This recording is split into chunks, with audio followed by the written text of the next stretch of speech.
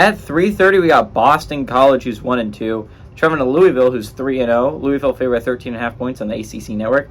Thomas Castellanos has gone 50-84, thrown for 644 yards, 5 touchdowns, 2 interceptions.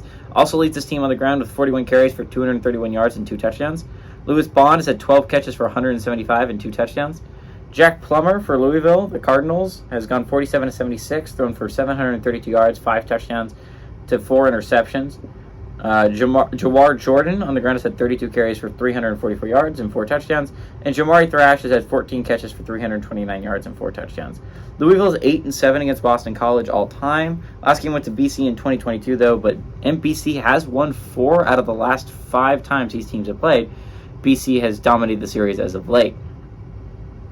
Boston College legitimately might be one of the most entertaining 1-2 teams in the entire country, right?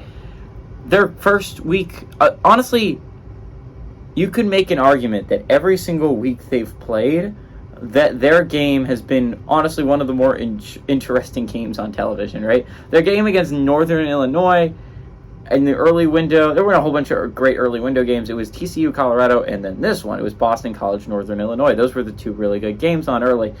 And a lot of people are going to focus on the TCU, Colorado game because that had more... It was more on a national stage. This was more to the side, right? But BC Northern Illinois played a hell of a football game that went to overtime. It was super interesting. And then next week, this one's also going to be overshadowed because it was on ESPN Plus. But Boston College Holy Cross was arguably one of the best games of the entire week. It was super interesting. It was super cool. And honestly, if Holy Cross doesn't fumble there, Boston College legitimately might be 0-3 right now. And then last week's game against Florida State, no one expected Boston College to keep that close, me included, right? And when they took an early lead, I was like, okay, I see you, Boston College, and then it slipped away, and FSU had a handy lead. And I was like, okay, this game's over. And then Boston College started to come back. They cut the deficit to 2.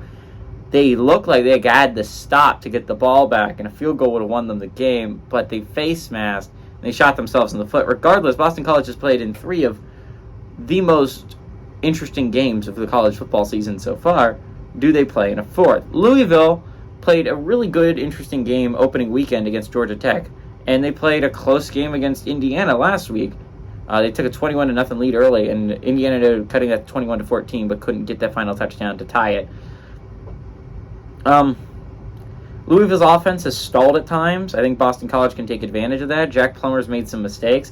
Castellanos has been playing some pretty good football, I would say. I think he's actually playing well above his years, and he's making Boston College actually look decent. I think Boston College actually, give me the upset on the road. I kind of like the Eagles to go on the road and upset Louisville and hand Louisville Cardinals their first loss.